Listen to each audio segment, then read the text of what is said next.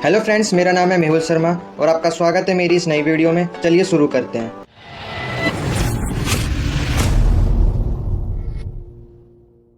दोस्तों, आज हम करने वाले हैं यूनिट 5 का लेसन 1। तो यूनिट 5 खत्म होते ही ये हमारा जो पूरा ह्यूमन रिसोर्स मैनेजमेंट है वो खत्म हो जाएगा। अगर आप चैनल पे नए हैं तो चैनल को सब्सक्राइब कर दीजिए और वीडियो को लाइक कर दीजिए। और अगर आपको इसकी पीडीएफ चाहिए, आपको हिंदी और इंग्लिश दोनों में मिल जाएगी टेलीग्राम पर। तो चलिए शुरू करते हैं। तो हमारा लेसन 1 है एम्प्लॉय मेंटेनेंस। तो दोस्तों, इस चैप्टर में हम जानेंगे कि जो एम्प्लॉय होते हैं उनके रख रखाव क्यों जरूरी होता है, उनको मेंटेन करने की हमें क्यों जरूरत पड़ती है और मेंटेन करने से हमें क्या क्या फायदे होते हैं। तो देखिए, हम सभी जानते हैं कि जो हेल्थ है वो कितनी ज्यादा इंपॉर्टेंट होती है। तो देखिए, हेल्थ क्या है। जब हमारी जो फिजिकल और मेंटल जो कंडीशन होती है और सोशल कंडीशन, जब हम इसमें वेलबींग होते हैं, यानी जब हमें कोई बीमारी नहीं होती है, हम मानसिक तौर पर और शारीरिक तौर पर मजबूत होते हैं और सामाजिक तौर पर मजबूत होते हैं, तो इसी को हम बोलते हैं हम क्या हेल्दी हैं। और देखिए, अगर कोई व्यक्ति हेल्दी है तो जब भी वो अपने एनवायरनमेंट के साथ इंटरेक्ट कर पाएगा। अगर वो हेल्दी नहीं है तो वो एनवायरनमेंट के साथ इंटरेक्ट नहीं कर पाएगा। यहाँ पे एनवायरनमेंट का मतलब है, अगर वो जो कोई काम कर रहा है तो उसके आसपास जो भी लोग हैं, है ना, जो भी वो काम कर रहा है वो सब उसका क्या है, एनवायरनमेंट है। अगर वो हेल्दी नहीं होगा तो वो काम भी नहीं कर पाएगा, लोगों से बातचीत भी नहीं कर पाएगा, अपनी जो प्रोडक्टिविटी है उसको नहीं दिखा पाएगा। और इससे क्या होगा, कंपनी का भी लॉस होगा, है ना। जो भी एम्प्लॉय अनहेल्दी है उससे फिर भी काम करवाया जा रहा है, एक तो उसकी तबीयत भी खराब होगी, ऊपर से कंपनी का नुकसान भी होगा।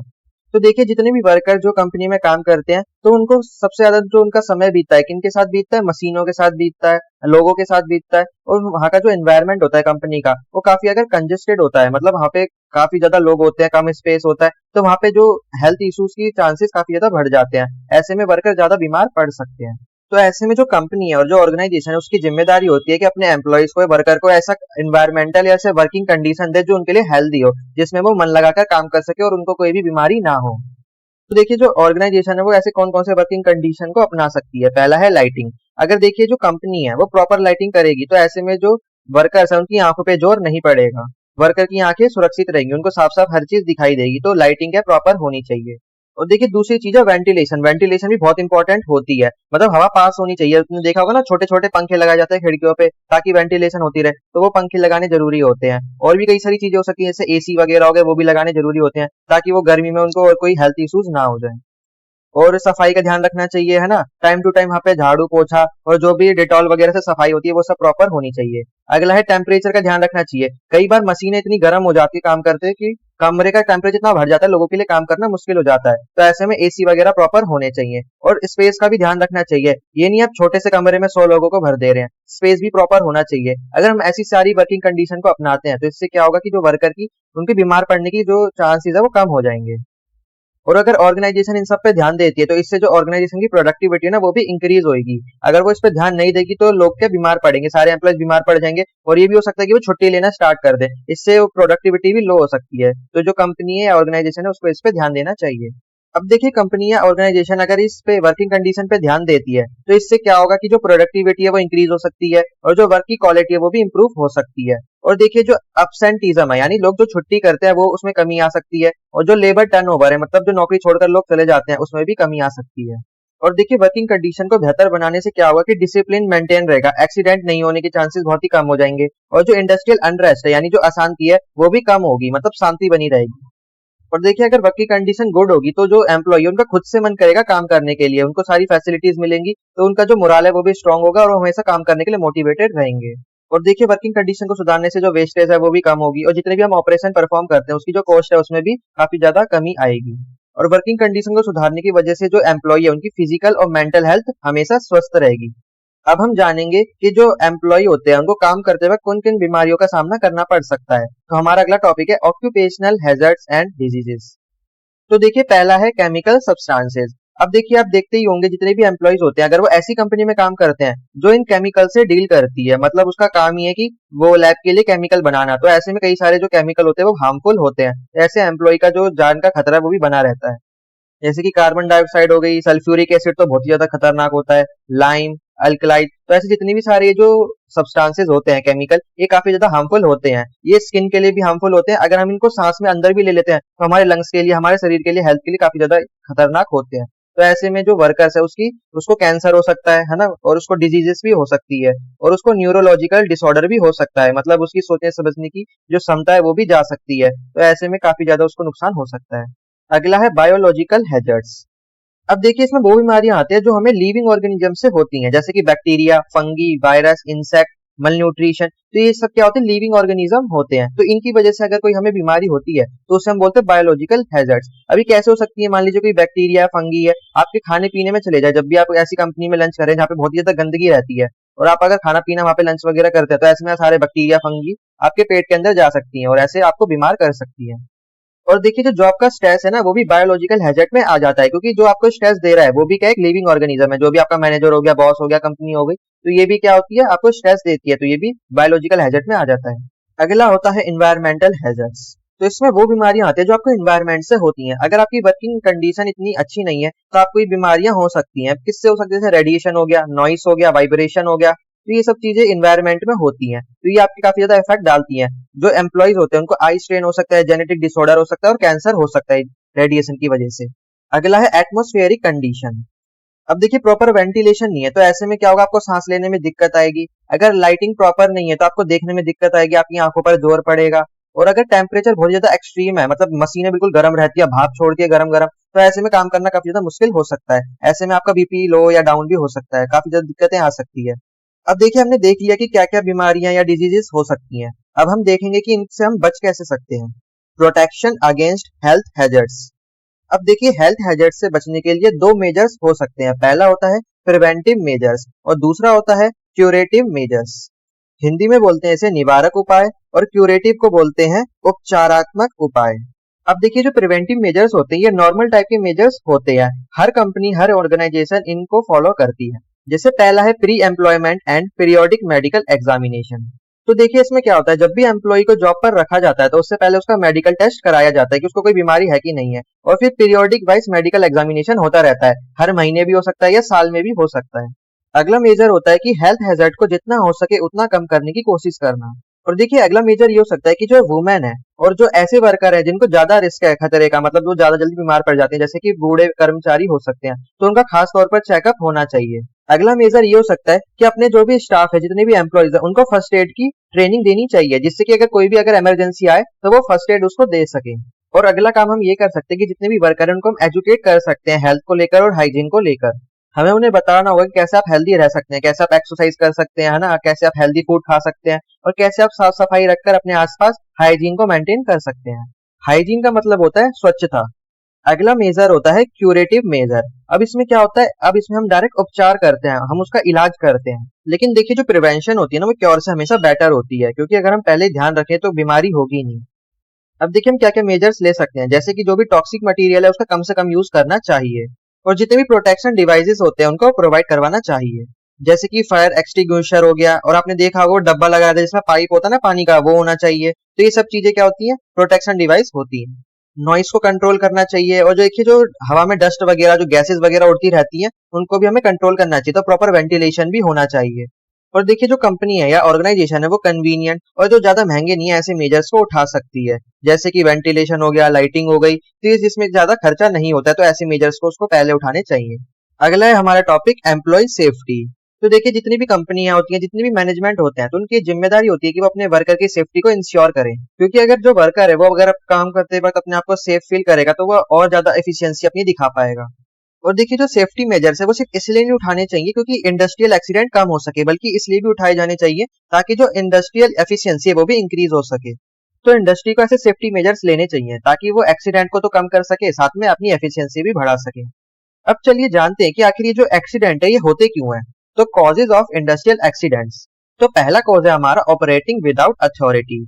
अब देखिए कई सारे वर्कर ऐसे होते हैं जो अपनी मनमानी चलाते हैं, है ना, किसी की नहीं सुनते, अपने बॉस वगैरह मैनेजर की नहीं सुनते हैं। वो अपनी मतलब ऐसी फंक्शन करते हैं जो उनको नहीं करना चाहिए, है ना, वो अपनी अथॉरिटी की नहीं सुनते हैं। तो अगर वो ऐसे काम करेंगे तो एक्सीडेंट होना तय है।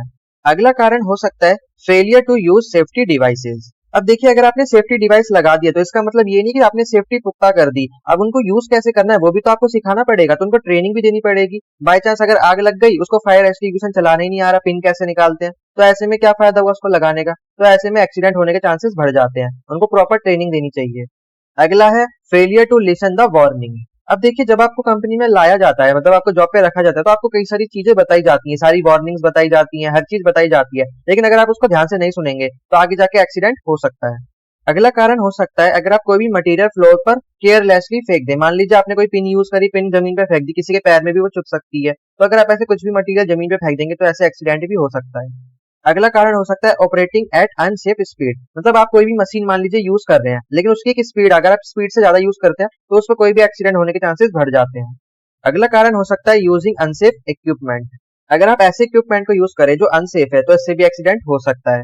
अगला कारण हो सकता है अगर आप सेफ्टी डिवाइस को रिमूव कर दें। अगर आपने सेफ्टी डिवाइस को हटा दिया तो एक्सीडेंट तो हो गई।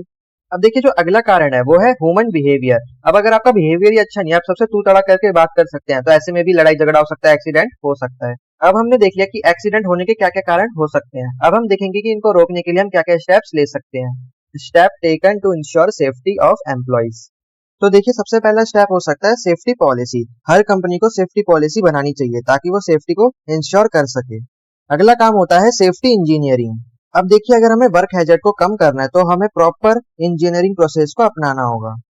प्रॉपर इंजीनियरिंग का मतलब यहाँ पे मतलब जो भी आप काम कर रहे हैं, वो जो मशीन हो सकती है या फिर वो कमरा हो सकता है, उसका डिजाइन हो सकता है, उसमें मतलब प्रॉपर इंजीनियरिंग होनी चाहिए, उसमें सारे सेफ्टी के मेजर्स होने चाहिए, उसको ऐसा बनाया जाना चाहिए ताकि वो सबके लिए सेफ हो। भले ही वो मशीन हो, कमरे का डिजाइन हो, बिल्डिंग हो, है ना, कंस्ट्रक्शन जो बिल्डिंग का वो मजबूती हो, है ना। अगर प्रॉपर इंजीनियरिंग के साथ सब चीज बनाई जाएगी तो जो वर्क हैजर्ड है उसमें कमी आएगी। तो जो सेफ्टी इंजीनियरिंग है ये अनसेफ कंडीशन को मिनिमाइज करती है। अगला है सेफ्टी एजुकेशन एंड ट्रेनिंग। अब देखिए ये तो एक ऐसी चीज है जो हर किसी को आनी चाहिए, भले ही वो सुपरवाइजर हो, वर्कर हो, एम्प्लॉय हो या कोई भी मैनेजर हो। तो उन सबको सेफ्टी के बारे में एजुकेट करना काफी ज्यादा जरूरी होता है और साथ में उनको ट्रेनिंग देना भी जरूरी होता है। अगर उन्हें पता होगा, वो अगर एजुकेटेड होंगे कि हमें अपनी खुद की सेफ्टी कैसे करनी है और साथ में औरों की सेफ्टी कैसे करनी है, तो इससे जो वर्क हैजर्ड है उसको कम किया जा सकता है। आखिर में आता है गवर्नमेंट का रोल। तो देखिए गवर्नमेंट ने क्या करा है, फैक्ट्री एडवाइस सर्विस और लेबर इंस्टीट्यूट को स्टैब्लिश किया है। कहाँ पर किया है? मुंबई में।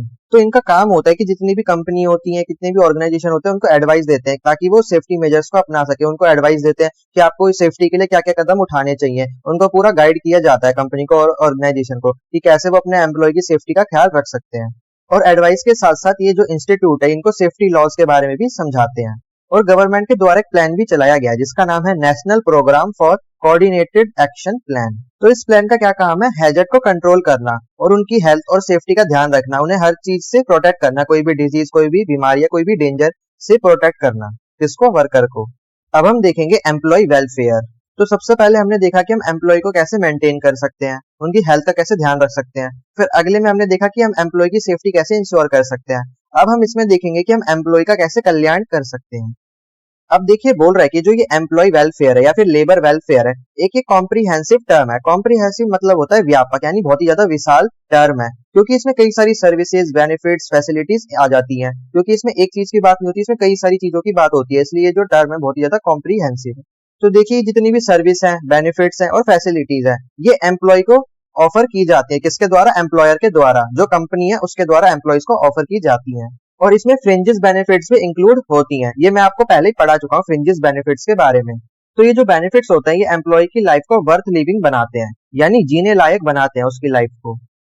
अब देखिए डॉक्टर प्रंदीकर क्या बोलते हैं।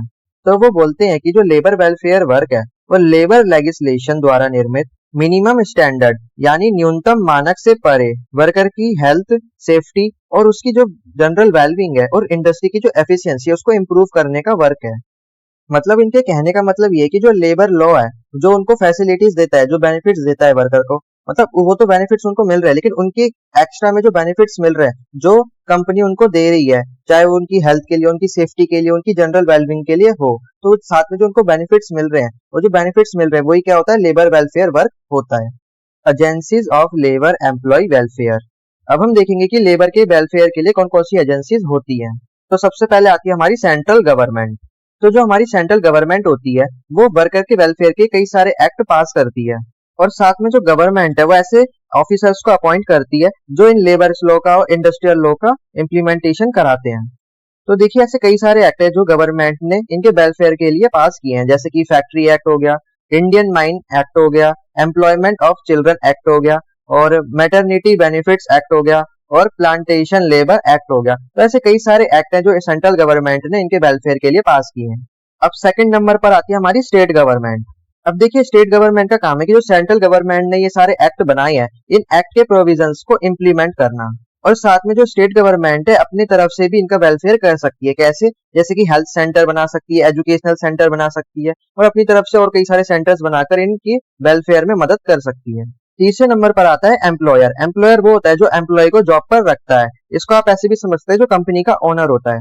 तो जितने भी एम्प्लॉयर होते हैं वो अपने वर्कर्स का बहुत ही ज्यादा ख्याल रखते हैं। वो अपने वर्कर्स के वेलफेयर के लिए उनको वॉलेंट्री वेलफेयर फैसिलिटीज प्रोवाइड करवाते हैं। तो देखिए ये कौन कौन सी फैसिलिटीज होती हैं, जैसे कि मेडिकल फैसिलिटीज हो गई, ट्रांसपोर्ट फैसिलिटीज हो गई, रीडिंग रूम। अगर आपको पढ़ने लिखने का शौक है तो आपके लिए रीडिंग रूम बनाया जा सकता है। आपको आपके जो बच्चे हैं उनको स्कॉलरशिप दी जा सकती है। और अगर आपको खेलने का मन है तो आपके लिए हॉकी टीम और फुटबॉल टीम बनाई जा सकती है, उनका ऑर्गेनाइजेशन कराया जा सकता है। तो ये सब किसके द्वारा किया जाता है? एम्प्लॉयर के द्वारा। अगला हमारा आता है ट्रेड यूनियन। तो देखिए जो ट्रेड यूनियन होती है उसको बनाया इसलिए जाता है ताकि वो वर्कर्स का वेलफेयर कर सके। ये जो ट्रेड यूनियन होती है मोस्टली इनकी हेल्प करती है इनकी आवाज उठाने में। अगर मान लीजिए इनको सैलरी प्रॉपर नहीं मिल रही है, इनको कम सैलरी मिल रही है, तो ये उनके लिए आवाज उठाती है कि इनको ज्यादा सैलरी दो। इनके लिए बेसिकली आवाज का काम करते हैं, इनकी हेल्प करते हैं ताकि इनका कल्याण कर सके। और जो ट्रेड यूनियन होती है इनको कई सारी फैसिलिटीज भी प्रोवाइड करवाती है, जैसे कि एजुकेशनल, कल्चरल, ऐसी कई सारी फैसिलिटीज होती है जो इनको प्रोवाइड करवाती है। अब आपने देख लिया कि कौन किसको कौन कौन सी फैसिलिटीज प्रोवाइड करवाता है। अब हम देखेंगे टाइप ऑफ वेलफेयर फैसिलिटीज की। जो वेलफेयर फैसिलिटीज है कितने टाइप की होती हैं। तो देखिए ये 3 टाइप की होती हैं, एक है इकोनॉमिक, एक है रिक्रिएशनल और तीसरा है फैसिलिटेटिव। तो देखिए आपको नाम से पता चल रहा है इकोनॉमिक सर्विस में क्या होगा, आपसे इकोनॉमिक जुड़ी फैसिलिटीज प्रोवाइड करवाना, जैसे कि आपकी सैलरी ज्यादा दे देना, वेजेस ज्यादा दे देना, पेंशन में इंक्रीमेंट कर देना, लाइफ इंश्योरेंस दे देना, आपको क्रेडिट फैसिलिटीज दे देना। तो जितनी भी फैसिलिटीज है इकोनॉमिक्स उसमें आ जाती है क्योंकि इसमें आपको पैसा मिल रहा होता है। अगला है रिक्रिएशनल सर्विस। इसमें आ जाता है आपके मनोरंजन से जुड़ी हुई फैसिलिटीज। अगर एम्प्लॉय का मन करा उसको क्रिकेट खेलना है, फुटबॉल खेलना है, तो उसका ऑर्गेनाइजेशन करवाना ही रिक्रिएशनल सर्विस में आ जाता है। इसमें मेनली ओकेजन आ जाते हैं, कोई भी ओकेजन बुक करवाना हो, किसी एम्प्लॉय का बर्थडे है उसको बुक करवाना हो, है ना, उसको ऑर्गेनाइज करवाना हो, या फिर कोई एनुअल फंक्शन है उसको ऑर्गेनाइज करवाना हो। तो इसमें जितनी भी ऑर्गेनाइजेशन के जो भी काम होता है वो सारे इसमें आ जाता है रिक्रिएशनल सर्विस में। अगर आपको इंडोर गेम खेलने हैं तो जैसे टेबल टेनिस हो गया, तो ऐसे करके ये ऑर्गेनाइज करवा सकते हैं। अगर आपको आउटडोर गेम खेलने हैं तो ये जैसे फुटबॉल हो गया, क्रिकेट हो गया, तो उसको भी ये ऑर्गेनाइज करवा सकते हैं। तीसरा आता है फैसिलिटेटिव सर्विस। तो इसमें बेसिकली आपको फैसिलिटीज मिल रही होती हैं, जैसे कि कैंटीन हो गया, रेस्ट रूम हो गया, लंच रूम हो गया, housing facilities, medical facilities, washing facilities, कपड़े वगैरह धोने हो तो इसमें धो लो, और एजुकेशनल फैसिलिटीज, कहीं अगर बाहर पढ़ना चाहते हो तो ये फैसिलिटीज हो गई। लीव ट्रेवल कंसेशन, अगर आपको कहीं घूमने वगैरह जाना है तो आपको क्या है उसके पैसे मिल सकते हैं। तो ये सारी क्या हो जाती है? फैसिलिटीज हो जाती हैं। तो इसी को बोलते हैं फैसिलिटेटिव सर्विस, क्योंकि इसमें आपको प्योर फैसिलिटीज मिल रही होती हैं। अब हम पढ़ने वाले हैं सोशल सिक्योरिटी को। तो देखिए जो सोशल सिक्योरिटी होती है एक टाइप का ऐसा वेलफेयर स्टेट होता है, या फिर एक टाइप का ऐसा प्रोग्राम होता है जो किसके लिए होता है? एम्प्लॉय के लिए होता है, एम्प्लॉय और उसकी फैमिली के लिए होता है। उसको एक ऐसी सोसाइटी देता है जो उसके लिए सिक्योरिटी प्रोवाइड करवाती है। वो सिक्योरिटी कैसे भी हो सकती है, उसकी हेल्थ से रिलेटेड, उसकी अगर कोई बीमार हो जाता है घर में और या फिर खुद बीमार हो जाता है तो उसको जितने भी मेडिकल फैसिलिटीज है वो प्रोवाइड करवाई जाती है। और मान लीजिए जो एम्प्लॉय है या फिर उसके जो घर वाले हैं उनमें अनएम्प्लॉयमेंट है, या फिर वो बीमार है, उनको कोई इंजरी हो गई है, या उनको और किसी चीज के लिए भी समस्या हो रही है, तो ऐसे में उनको फाइनेंशियल सिक्योरिटी प्रोवाइड करवाता है। तो देखिए ये जो सोशल सिक्योरिटी होती है कौन प्रोवाइड करवाता है? जो कंपनी होती है वो अपने एम्प्लॉय को ये सोशल सिक्योरिटी प्रोवाइड करवाती है। सोशल सिक्योरिटी एक टाइप का प्रोग्राम होता है, इसके अंदर सारी चीजें इंक्लूड होती है कि अगर आपको कोई भी समस्या होती है तो उसके लिए हम आपको सिक्योरिटी देते हैं, चाहे वो फाइनेंशियल सिक्योरिटी हो सकती है, हेल्थ सिक्योरिटी हो सकती है। और देखिए जो कॉन्सेप्ट है सोशल सोसाइटी का, ये बिजनेस के एथिक्स पे बेस होता है। अब देखिए इसका एथिक्स क्या है? Ideals of human dignity and social justice. मतलब जो एम्प्लॉय है उसके डिग्निटी का ख्याल रखना और एक समाज में जस्टिस की भावना पैदा करना, तो उसके लिए ये सोशल सिक्योरिटी लाया गया है। तो ये जो सोशल सिक्योरिटी होता है ये प्रोग्राम ऑफ प्रोटेक्शन होता है, क्योंकि एक टाइप का ऐसा प्रोग्राम है जो प्रोटेक्शन करता है किसकी? एम्प्लॉय की। अब देखिए अप्रोचेस ऑफ सोशल सिक्योरिटी, मतलब एक कंपनी को सोशल सिक्योरिटी के लिए क्या क्या करना पड़ता है। जैसे पहला है कंपनसेशन, जिसको कहते हैं मुआवजा, जिसको मैं अपनी पिछली वीडियो में भी पढ़ा चुका हूँ। तो कंपनसेशन तब दिया जाता है जब कोई वर्कर एक्स्ट्रा काम करता है ना, उसको सैलरी तो मिलती है लेकिन साथ में अगर वो एक्स्ट्रा कुछ घंटे काम करता है, कुछ हफ्ते काम करता है, तो उसको पैसे मिलते हैं, यानी कंपनसेशन मिलता है। तो ऐसे में जो कंपनसेशन होता है ना उसको किसी भी पीरियड ऑफ रिस्क से बचाता है। मान लीजिए उसके अचानक से उसको पैसों की काफी ज्यादा जरूरत पड़ गई है, तो ऐसे में क्या कर सकता है? वो ज्यादा ज्यादा काम करके और पैसे कमा सकता है। अगला होता है रिस्टोरेशन, इसका मतलब होता है मरम्मत करना। तो देखिए इसमें क्या होता है कि इसमें जो भी एम्प्लॉय होता है और उसकी जो फैमिली होती है उसको एंश्योर किया जाता है कि अगर आपको कोई भी सोसाइटल या फिर इकोनॉमिकल लॉस होता है तो उसमें आपका रिस्टोरेशन किया जाएगा। मतलब अगर आपकी कोई भी लॉस हो जाता है तो उसकी मरम्मत की जाएगी, भरपाई की जाएगी। अगला होता है प्रिवेंशन, जिसका मतलब होता है रोकथाम करना। अब देखिए इसमें क्या होता है, अब ये देखिए कंपनसेशन और रिस्टोरेशन से अलग होता है, क्योंकि इसमें देखिए कंपनसेशन और रिस्टोरेशन में सिर्फ आपका जो फाइनेंशियल और आपका जो सोशल जो लॉस हो रहा था सिर्फ उसको कवर किया जा रहा था, लेकिन प्रिवेंशन में आपका जो भी एक्सीडेंट हो जाता है, आपकी अगर इंजरी हो जाती है, आपको कोई भी डिजीज हो जाती है, आपको कोई भी बीमारी हो जाती है, तो उससे भी उसको प्रिवेंट किया जाता है। तो जो प्रिवेंशन है इसका जो मेन गोल है वो यही है कि आपकी जो प्रोडक्टिविटी है उसको कम ना होने देना, आपको बीमारी से बचाना, किसी भी एक्सीडेंट और किसी भी अनएम्प्लॉयमेंट से आपको बचाना।